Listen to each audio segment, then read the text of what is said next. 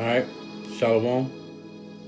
I want to give all praise, glory, and honor to Yahweh, Bahasham, Yahweh Shai, Bahasham, Rakah Wadash. Double honors to our apostles and elders of Great Millstone who does lead and rule well. Salutations and shalom to all you hopeful elect Akim, pushing out this word in truth and in sincerity throughout the four corners of the earth.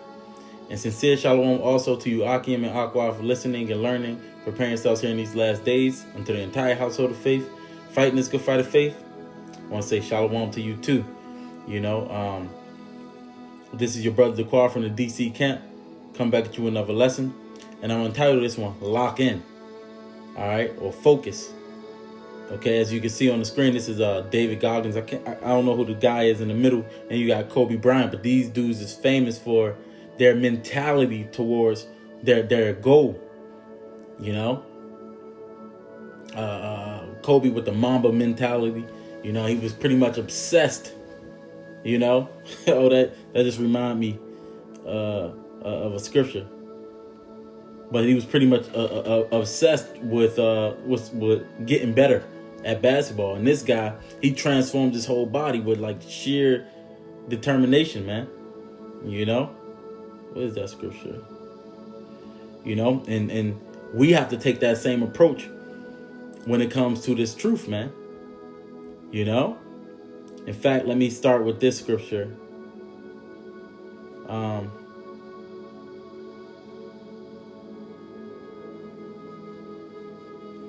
going to start at 23.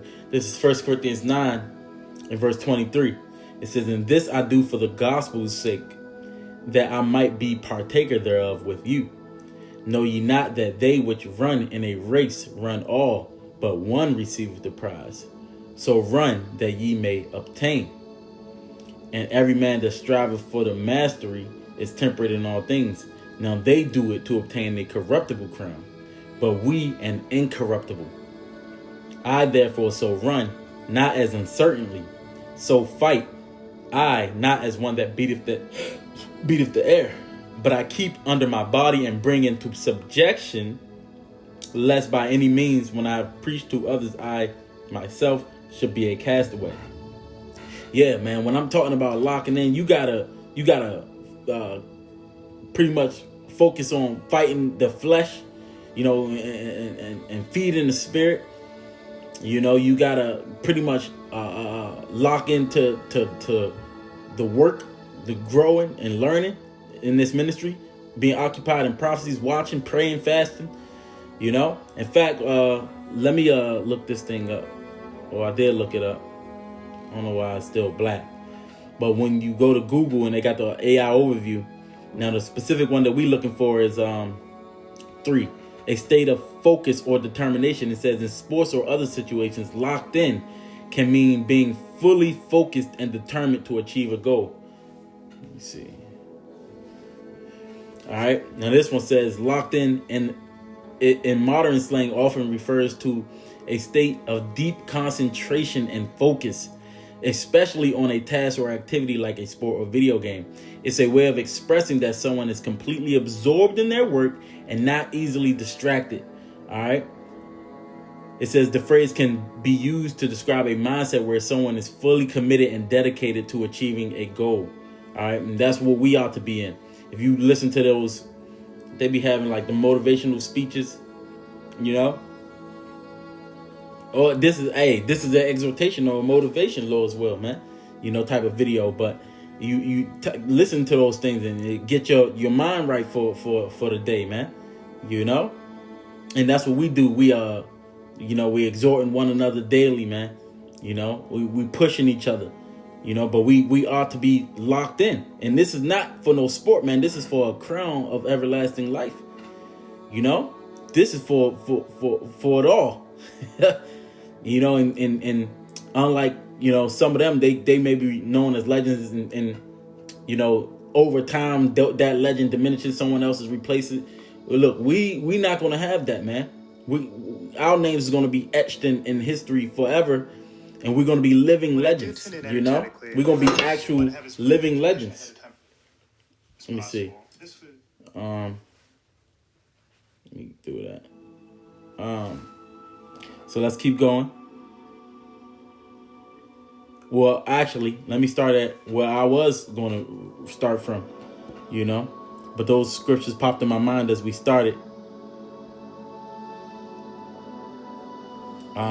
One of the things, I'll get that real quick. One of the things as I was listening to those type of videos, it was talking about how people would say you being weird because you got to isolate yourself to a degree, So, 1 second. This is 1 Peter 4:1. It says, keep fervent in your love. All right. It says, for as much then as Hamashiach have suffered for us in the flesh, arm yourselves likewise with the same mind. For he that have suffered in the flesh have ceased from sin. It says that he no longer shall live the rest of his time in the flesh to the lust of men, but to the will of the Most High. And that's what we was doing. We was living according to how we want to live. Now we gotta be living according to how the Most High wants us to live. It says then that is heavily like now it includes this ministry. It says, for the time past of our life may suffice us to have wrought the will of the Gentiles when we walked in lasciviousness, lust, excess of wine, revelings, banquetings, and idolatries, wherein they think it strange that ye run not with them to the same excess of riot, speaking evil of you. And this is why they got all these holidays and all these different things set up. And people, they don't like it when you don't participate, man. But we got a job to do, and we serve the Most High first and foremost. So we're not going to do what's outside of what the Lord wants us to do, man. This is why the scriptures talk about the cares of the world chokes out this word from you, man. But we ought to not be like that, man. All right. Or the Satan, then comes the wicked one. When that can come in any form, man, you gotta watch how this devil was going to. That's why you gotta constantly be watching, man. But how this devil is going to come at you, because he's going to come at you. It doesn't necessarily always look like an enemy. It can look like a gift. Like that gift to stir that heart, man. It gets you off balance, and we're not supposed to be off balance, man. We got to be all in this thing, man. Now, when you go into Ecclesiastes, the first chapter, Ecclesiasticus, the prologue, it talks about how. I want to read the whole thing, but I'll just jump right into it. You can look up Sirach 1:1, but it says, when he had much given himself to the reading of the law and the prophets and other books of our fathers, and had gotten therein good judgment, was drawn on also himself to write something pertaining to learning and wisdom, to the intent that those which are desirous to learn and are addicted to these things might profit much more in living according to the law. So you got to be addicted to this, man. Let me look up that word, addicted. I'm going to look it up in the etymon. Where's mine? What the heck is my dictionary?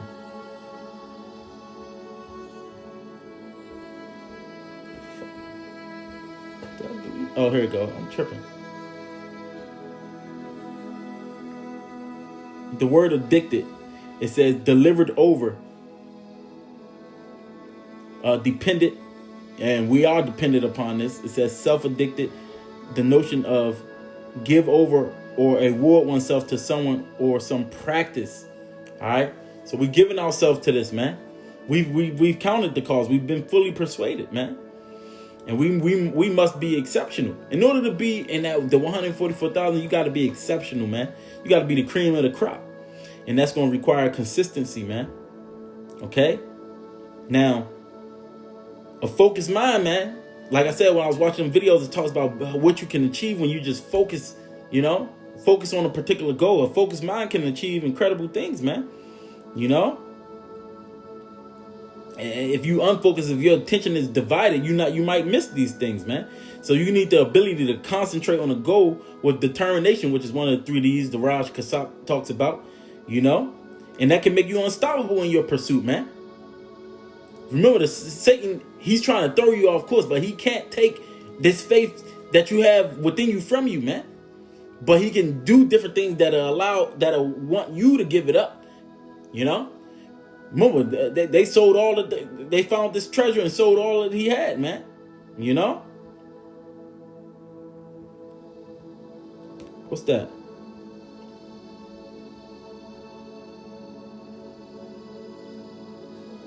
Yeah, Matthew's the 13th chapter. 13 and 45, it says, a costly pearl. Again, the kingdom of heaven is like unto a merchant man seeking goodly pearls, who, when he had found one pearl of great price, went and sold all that he had and bought it. That's how much this thing meant, you know. So you got to channel your energy and attention in this direction, man. You know, that's what it comes down to. That's what's going to have you to be productive, and we must bear fruit. We got to produce, man. You know, and when you focus, you're able to work efficiently, you know. So let me get a couple of scriptures, man. This is Colossians 3 verse 1. It says, if ye then be risen with Hamashiach, seek those things which are above, where Hamashiach sitteth on the right hand of the Most High. Set your affection on things above, not on things of the earth. All right. I'm just going to get a simple definition of that. Affection, it says the action or process of affecting or being affected. Let me see. It says a mental state and emotion. Set that mental state on things that are above, man, not on things that are on the earth, man. You know, because this whole world is going to pass away, and you're going to get everything 10 times over, man. Okay. This is Sirach 6 and verse 37. It says, let thy mind be upon the ordinances of the Lord, and meditate continually in his commandments. He shall establish thine heart and give thee wisdom at thy own desires. The scriptures say if you desire thrones and scepters, then you got to desire wisdom first, man. You know? So here the scripture is telling you to reflect upon the Lord's commandments. Remember, he said be occupied in prophecies. You know? So that focus is portrayed. You have to have a deepen your understanding and resilience on this word, man. You know, to this continual growth that we have to take. All right.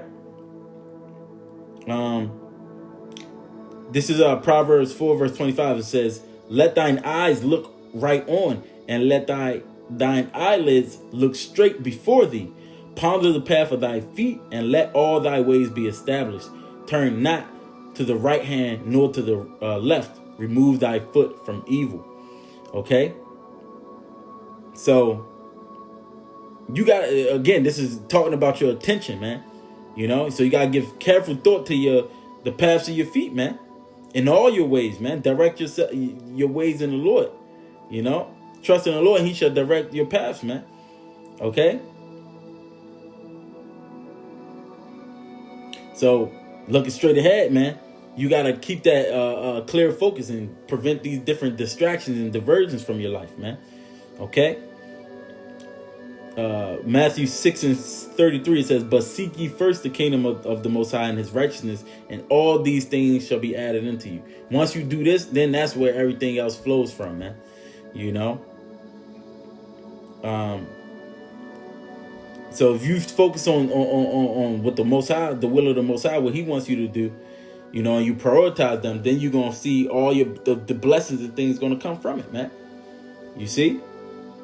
Now, this is one scripture that I wanted to get, because we went over the book of Nehemiah a few months back, and this scripture stuck out, man.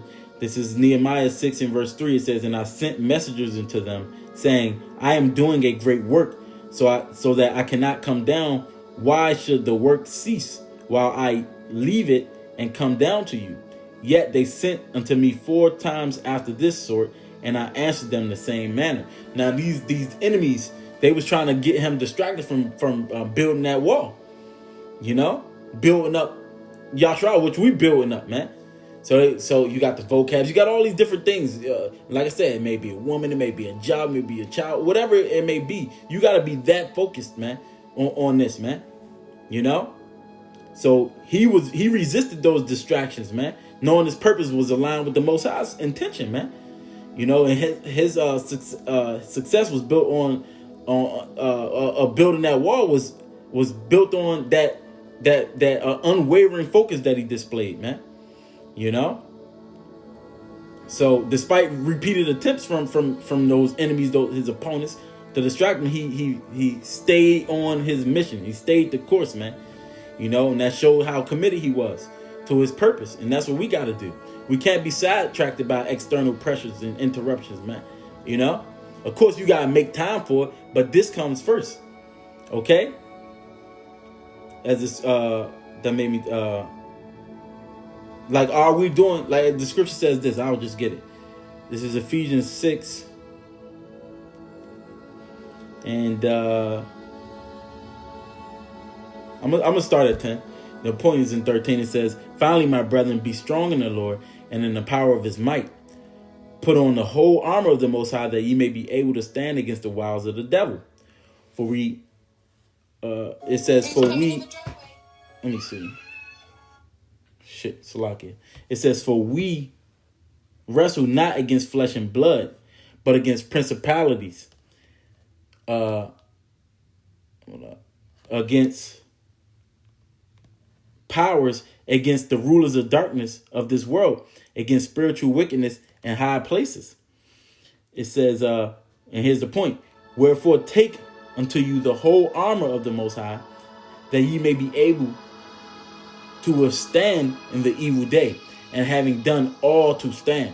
So are we doing all that? You got to ask yourself, are you doing all that you can to stand? You know, and at the end of the day, that's what you. If you giving it your all, that's all you can say, man. But if you do give it your all, if you do these things, then you're gonna be good, man, because the Lord is not unrighteous that he should not reward you, man, for what you for your dedication to him, man. Okay. Let me see what else I want. Ultimately, man, focusing your energy, your attention in the right direction, which is according to the will of the Lord, you know, it can lead to you being one of the 144,000 salvation, man, salvation and deliverance, you know. This is 1 Corinthians 15 and 58. It says, "Therefore, my beloved brethren, be ye steadfast, unmovable, always abounding in the work of the Lord, for as much as ye know that your labor is not in vain in the Lord." Again, that's why we got to be unmovable, steadfast, man. You know. Yeah, that makes me think of this one because I mentioned. Good thing I didn't forget. Going back into the prize. Is it Philippians? Yep, Philippians 3. Apostle Paul. Let me see where I want to start. Because he said he count all things but dung. You know, everything that was gained to him, he counted for a loss for Hamashiach, man. You know, for this knowledge that we got. But I'm gonna get straight to the point. This is Philippians 3 verse 13. It says, "Brethren, I count not myself to have apprehended, but this one thing I do, forgetting those things which are behind and reaching forth unto those things which are before.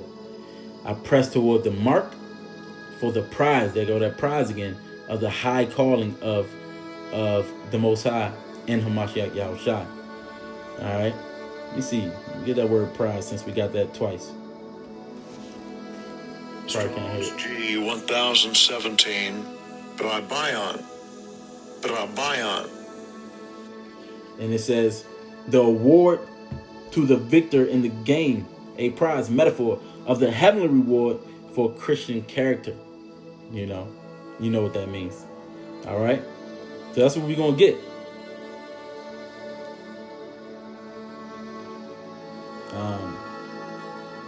And the scriptures talk about in Sirach. Let me go back to that real quick. This is one I wanted to grab. I think it's 34. Sirach 34. No, it's 38. Salakia. Sirach 38 and verse 24. It says, the wisdom of a learned man cometh by opportunity of leisure, and he that have little business shall become wise. So you can't be all involved in doing everything, man. You just no different than being of the world. See, that when it was talking about the will of the Gentiles, that's what they want us to do, man. Anything but this, because what we're doing is powerful, man. So it's just about having a little business, because this is your business. You know, you got 3-4 jobs. Look, you're gonna be spread too thin. One is going to take a hit no matter what. A lot of times people allow this truth to take a hit, man, more so than anything else. So this is what I'm saying. You just lock in, man, you know, and pray to the Lord for this. Okay. I think that's pretty much what I wanted to grab, man.